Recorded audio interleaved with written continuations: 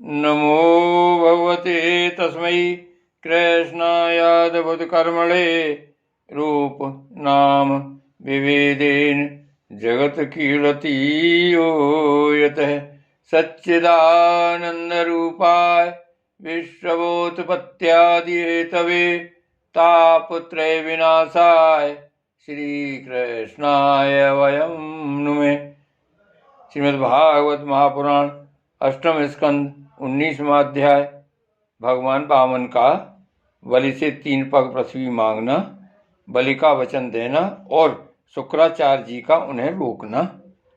श्री सुखदेव जी कहते हैं, राजा बलि के ये वचन धर्म भाव से भरे और बड़े मधुर थे। उन्हें सुनकर भगवान वामन ने बड़ी प्रसन्नता से उनका अभिनंदन किया और कहा।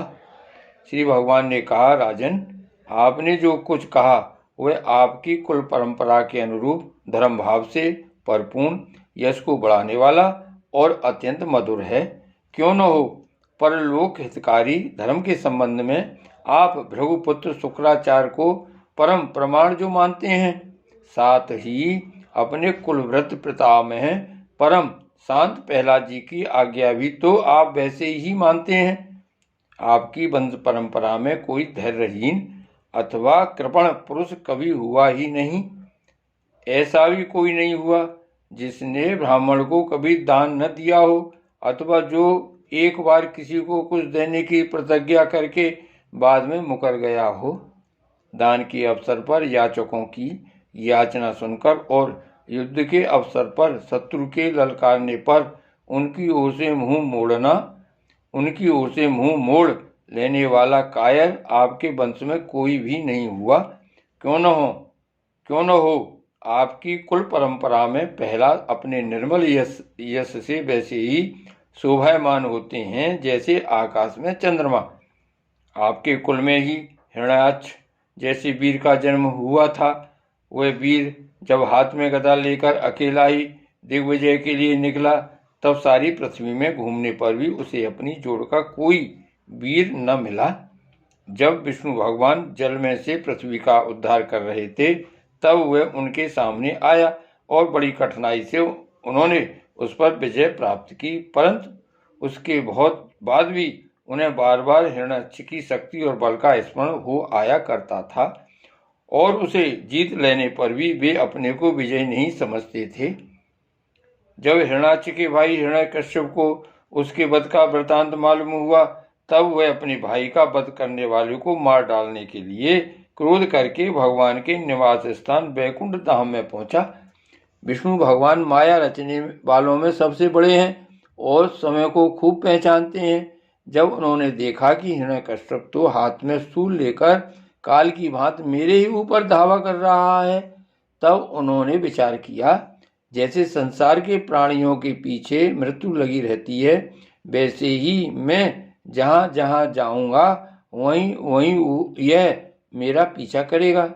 इसलिए मैं इसके हृदय में प्रवेश कर जाऊं, जिससे यह मुझे देख न सके, क्योंकि यह तो बहिर्मुख है, बाहर की वस्तुएं ही देखता है। असुर श्रोमणे, जिस समय हिरण्यकश्यप उन पर झपट रहा था, उसी समय ऐसा निश्चय करके डर से कांपते हुए विष्णु भगवान ने अपने शरीर को सूक्ष्म बना लिया और उसके प्राणों के द्वारा नासिका में से होकर हृदय में जा बैठे। हिरण्यकश्यप ने अपने लोक को भली भांति छान डाला, परंतु उनका कहीं पता न चला। इस पर क्रोधित होकर वह सिंहनाद करने लगा। उस वीर ने पृथ्वी, स्वर्ग, दिशा, आकाश, पाताल और समुद्र सब कहीं विष्णु भगवान को ढूंढा, परंतु वे कहीं भी उसे दिखाई न दिए। उनको कहीं न देखकर वह कहने लगा, मैंने सारा जगत छान डाला, परंतु वह मिला नहीं। अवश्य ही वह भ्रातृघाती उस लोक में चला गया जहाँ जाकर फिर लौटना नहीं होता। बस अब उससे बैरभाव रखने की आवश्यकता नहीं, क्योंकि बैर तो देह के साथ ही समाप्त हो जाता है। क्रोध का कारण अज्ञान है और अहंकार से उसकी वृद्धि होती है। राजन, आपके पिता प्रहलाद नंदन विरोचन बड़े ही ब्राह्मण भक्त थे। यहाँ तक कि उनके शत्रु देवताओं ने ब्राह्मणों का वेश बनाकर उनसे उनकी आयु का दान मांगा और उन्होंने ब्राह्मणों के छल को जानते हुए भी अपनी आयु दे डाली। आप भी उसी धर्म का आचरण करते हैं जिसका शुक्राचार्य आदि गृहस्थ ब्राह्मण आपके पूर्वज प्रहलाद और दूसरे यशस्वी वीरों ने पालन किया है। दैत्येंद्र, आप मुंह मांगी वस्तु देने वालों में श्रेष्ठ हैं। इसी से मैं आपसे थोड़ी सी पृथ्वी केवल अपने पैरों से 3 डग मांगता हूँ। माना कि आप सारे जगत के स्वामी और बड़े उदार हैं, फिर भी मैं आपसे इससे अधिक नहीं चाहता। विद्वान पुरुष को केवल अपनी आवश्यकता के अनुसार ही दान स्वीकार करना चाहिए। इससे वह प्रतिग्रह जन्य पाप से बच जाता है। राजा बलि ने कहा, ब्राह्मण कुमार, तुम्हारी बातें तो वृद्धों जैसी हैं, परंतु तुम्हारी बुद्धि अभी बच्चों की सी ही है। अभी तुम हो भी तो बालक ही ना, इसी से अपना हानि लाभ नहीं समझ रहे हो। मैं तीनों लोकों का एकमात्र अधिपति हूँ और दीप का दीप दे सकता हूँ।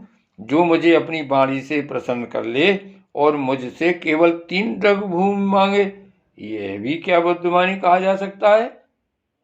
ब्रह्मचारी जी, जो एक बार कुछ मांगने के लिए मेरे पास आ गया, उसे फिर कभी किसी से कुछ मांगने की आवश्यकता नहीं पड़नी चाहिए। अतः अपनी जीविका चलाने के लिए तुम्हें जितनी भूमि की आवश्यकता हो उतनी मुझसे मांग लो।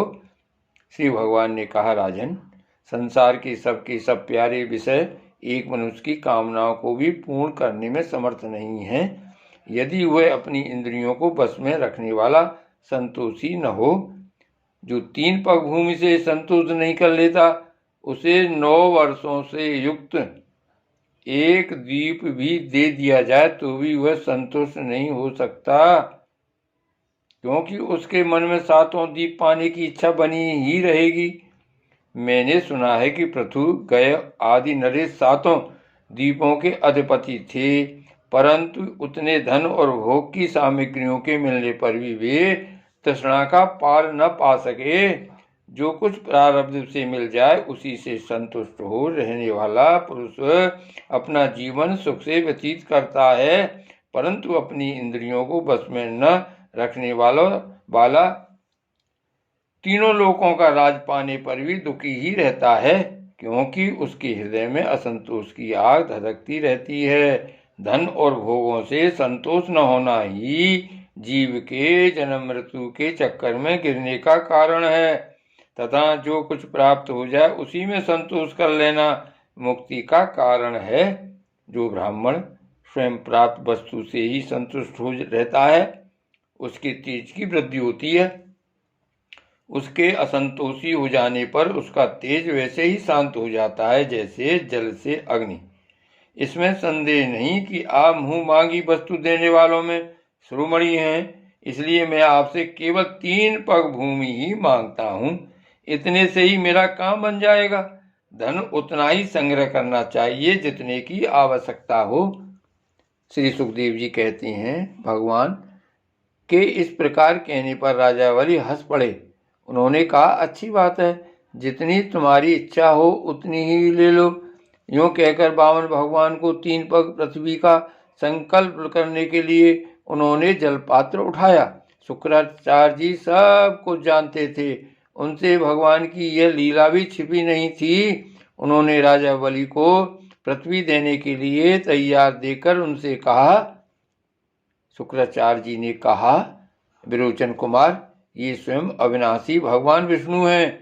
देवताओं का काम बनाने के लिए कश्यप की पत्नी अदिति के गर्भ से अवतीर्ण हुए हैं। तुमने यह अनर्थ न जानकर कि ये मेरा सब कुछ छीन लेंगे, इन्हें दान देने की प्रतिज्ञा कर ली है। यह तो दैत्यों पर बहुत बड़ा अन्याय होने जा रहा है, इसे मैं ठीक नहीं समझता। स्वयं भगवान ही अपनी योग माया से यह ब्रह्मचारी बनकर बैठे हुए हैं। ये तुम्हारा राज्य, ऐश्वर्य, लक्ष्मी, तेज और विश्व विख्यात कीर्ति सब कुछ तुमसे छीन कर इंद्र को दे देंगे। ये विश्व रूप हैं, 3 पग में तो ये सारे लोगों को नाप लेंगे। मूर्ख, जब तुम अपना सर्वस्व ही विष्णु को दे डालोगे तो तुम्हारा जीवन निर्वाह कैसे होगा? ये विश्वव्यापक भगवान एक पग में पृथ्वी और दूसरे पग में स्वर्ग को नाप लेंगे। इनके विशाल शरीर से आकाश भर जाएगा, तब इनका तीसरा पग कहाँ जाएगा? तुम उसे पूरा न कर सकोगे। ऐसी दशा में मैं समझता हूँ कि प्रतिज्ञा करके पूरा न कर पाने के कारण तुम्हें नरक में ही जाना पड़ेगा, क्योंकि तुम अपनी की हुई प्रतिज्ञा को पूर्ण करने में सर्वथा असमर्थ होगे। विद्वान पुरुष उस दान की प्रशंसा नहीं करते जिसके बाद जीवन निर्वाह के लिए कुछ बचे ही नहीं। जिसका जीवन निर्वाह ठीक ठीक चलता है वही संसार में दान, यज्ञ, तप और परोपकार के कर्म कर सकता है। जो मनुष्य अपने धन को 5 भागों में बांट देता है, कुछ धर्म के लिए, कुछ यश के लिए, कुछ धन की अभिवृद्धि के लिए, कुछ भोगों के लिए और कुछ अपने स्वजनों के लिए, वही इस लोक और परलोक दोनों में ही सुख पाता है। असुर श्रोमणे, यदि तुम्हें अपनी प्रतिज्ञा टूट जाने की चिंता हो तो मैं इस विषय में तुम्हें कुछ ऋग्वेद की श्रुतियों का आश्रय सुनाता हूँ। तुम सुनो। श्रुति कहती है, किसी को कुछ देने की बात स्वीकार कर लेना सत्य है और नकार जाना अर्थात अस्वीकार कर देना असत्य है।